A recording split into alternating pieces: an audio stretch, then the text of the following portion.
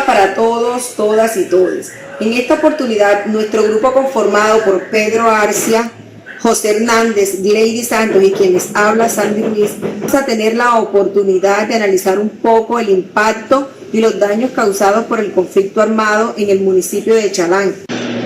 Antes de adentrarnos al contexto de Chalán, vamos a hablar brevemente del auge del conflicto armado en nuestro país colombiano. Para los años 1940 y 1950 empieza a aparecer las primeras células paramilitares. Entre esos años, más específicamente en 1948, se da el asesinato de Jorge Eliezer Gaitán, lo que provoca gran conmoción y a la vez se establece un antes y un después en la historia política de Colombia. En el año 1958 se instaura el Frente Nacional. Para 1960 surgen las primeras guerrillas rurales del país, sumado a otros grupos ilegales como las Fuerzas Armadas Revolucionarias de Colombia, Ejército del Pueblo, FAREP, el Ejército de Liberación Nacional, ELN, y el Ejército Popular de Liberación, EPL. Acciones detonantes que poco a poco dieron lugar a situaciones de violencia, donde los ideales personales y colectivos se tornaron en disputas políticas y sociales, los cuales fueron tomando fuerza y desencadenando lo que hoy es el conflicto armado. Por consiguiente, hablar de conflicto armado y violencia en el territorio colombiano implica, en primera instancia, reconocerle un carácter histórico que se traduce en años en que el conflicto ganó espacio y fuerza y por consiguiente víctimas. Asimismo, desde sus diversas modalidades, las afectaciones que generaron en las personas y que al no ser iguales en todas las situaciones, demanda reconocer las particularidades de los sujetos sociales, desde la restitución, reivindicación de los derechos vulnerados.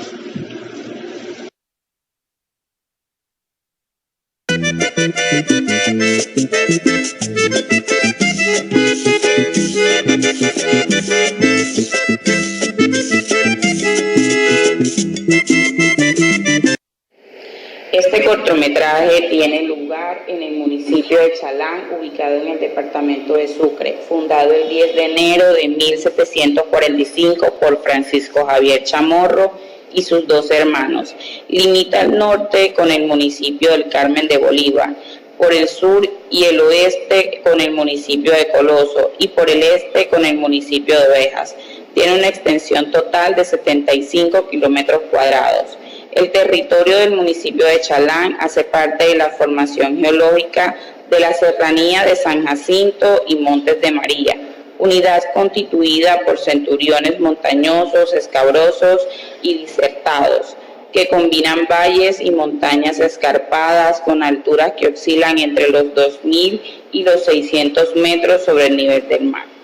La economía del municipio de Chalán se sustenta en las actividades agrícolas y pecuarias, las cuales generan el 90% del empleo y de la cual depende el ingreso de la población.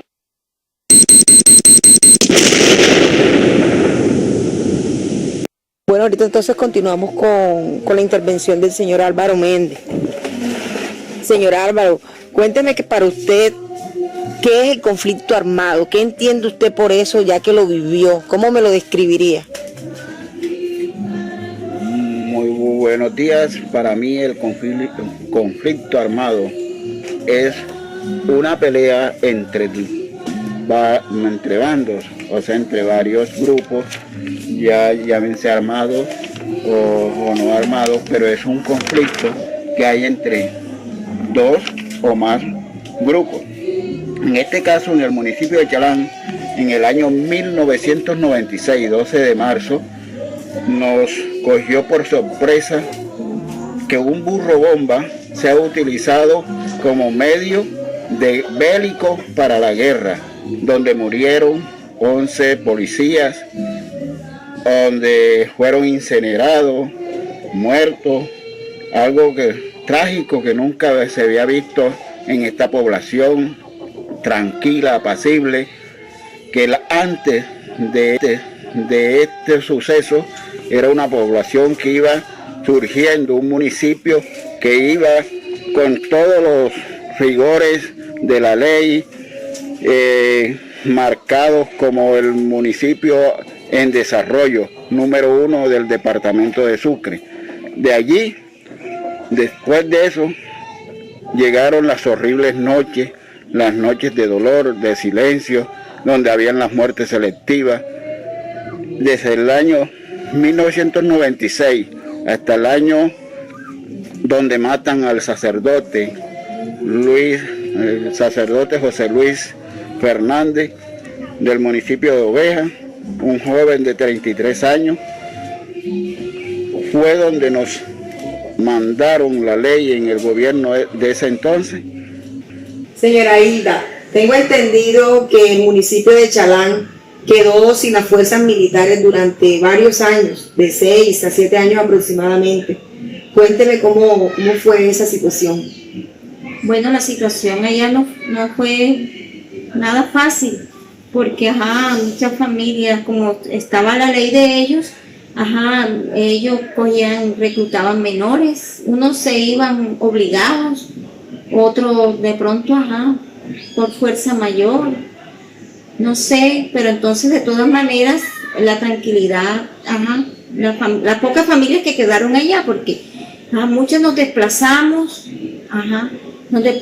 y fueron pocas las que quedaron allá, incluso hasta las puertas de las casas se veían eran los candados, y por eso en los medios de comunicación la gente decía que era el pueblo candado, porque no se veía, y la gente que vivía allá vivía con mucho miedo, porque ellos llegaban y si había que matar, según ellos que matar a alguno, lo mataban. Y entonces después de eso, ellos, ya no era, el conflicto no era con el gobierno, sino era con los grupos paramilitares, porque los paramilitares también querían territorio también, y ellos no les convenía, no veían bien a las personas que les colaboraban, que forzadamente les colaboraba a la guerrilla, no era porque ellos, sino que ellos como tenían el poder en el pueblo, y si llegaban y decían, de un vaso de agua, se lo querían quedar, entonces ya esa persona era mal vista por el otro lado, por el lado de los paramilitares.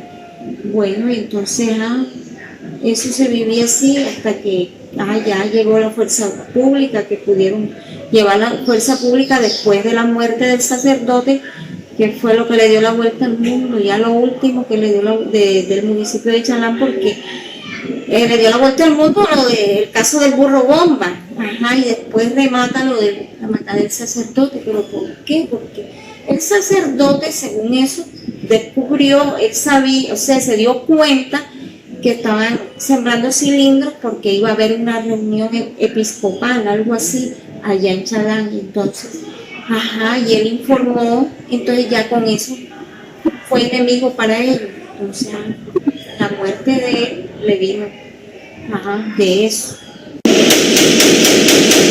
A cada una de las familias que nos desplazamos, los que quedaron allá, los que quedaron allá porque no tenían para dónde irse, materialmente no tenían, tenían que quedarse ahí esperando a ver qué ocurría. Y los que nos desplazamos, la vida, los cambios que dimos, no ha sido nada fácil, y personalmente a mí, que perdí a mi esposo, que de todas maneras uno queda, después de eso, con su compañero bien, pero me quitan a mi esposo y no hemos podido, mis hijos se realizaron y todo eso, pero fue duro de superar, y quizás de pronto todavía uno resiente eso, resiente y siente el dolor que le da, porque ningún daño material puede ser superado por ninguna ayuda, ni económica. No puede uno recuperar ya esa vida, ¿sí?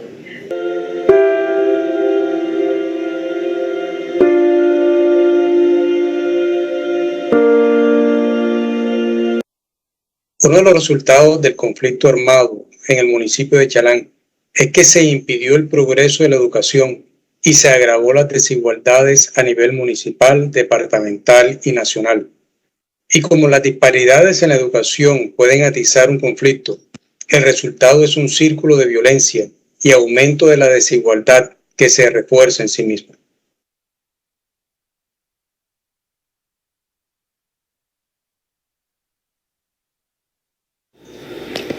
La desigualdad vinculada a los factores sociales, económicos y políticos más generales que prevalecen en esta zona influyen también en la posibilidad de recibir educación, pero se ve que este conflicto armado es una fuente de desigualdad en combinación con los efectos derivados del nivel de ingresos y el sexo.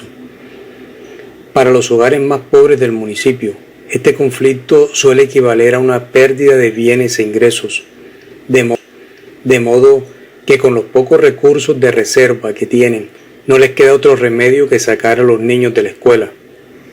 En lo que respecta al sexo, los efectos de la pobreza se combinan con temor de los padres por la seguridad de sus hijas, expuestas a la violencia sexual, y esto hace que no manden a sus hijas a la escuela. Además, los niños que padecieron traumas, problemas de inseguridad y desplazamientos acarreados por el conflicto armado, tuvieron pocas probabilidades de desarrollar todo su potencial de aprendizaje. El conflicto armado, como experiencia humana, aparece inscrito en las emociones de sus víctimas, palabras que evocan emociones, sentimientos o estados de ánimo ligados al dolor, la pérdida, el temor, la rabia, el resentimiento, el agotamiento y la frustración. El daño moral también se configura en el trasegar de las familias, de estos individuos y las comunidades. Después de vivir uno de estos hechos, lo vivido después de esto se torna determinante para recuperar o reparar en las víctimas su sentido de valía y humanidad. Por otra parte, el desplazamiento privó a los damnificados de vivienda, de comida, de servicios básicos, de recursos productivos, y los llevó a la marginación, la extrema pobreza y la pérdida de autonomía. Los otros municipios donde se refugiaron se vieron confrontados a una creciente presión sobre sus infraestructuras sociales y económicas. Al mismo tiempo, el municipio de Chalán, abandonado por los refugiados, se vio bastante perjudicado por la disminución de la población y la falta de inversiones. Y yo añoro mi pueblo porque mi pueblo cambió mucho. De pronto muchas personas regresaron, pero yo no, y con la muerte de mi esposo, ¿cómo iba así a regresar, no? Y yo añoro esos tiempos de antes, allá de Chalán, allá. Ya hay muchos habitantes, pero ya la vida no ha sido lo mismo. Desde esa violencia ya Chalán no ha vuelto a ser el mismo pueblo que era. Teniendo en cuenta lo anterior, el autor Galtung plantea tres tipos de violencia. La violencia directa, la cual es visible, se concreta con comportamientos y responde a actos de violencia. Los efectos son más visibles en esta clase de violencia, como los muertos, los heridos, los desplazados, daños materiales.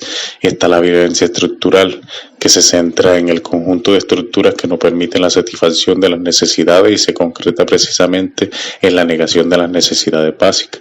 Y la violencia cultural, que es la suma total de todos los mitos, la gloria y trauma y demás que sirven para justificar la violencia directa.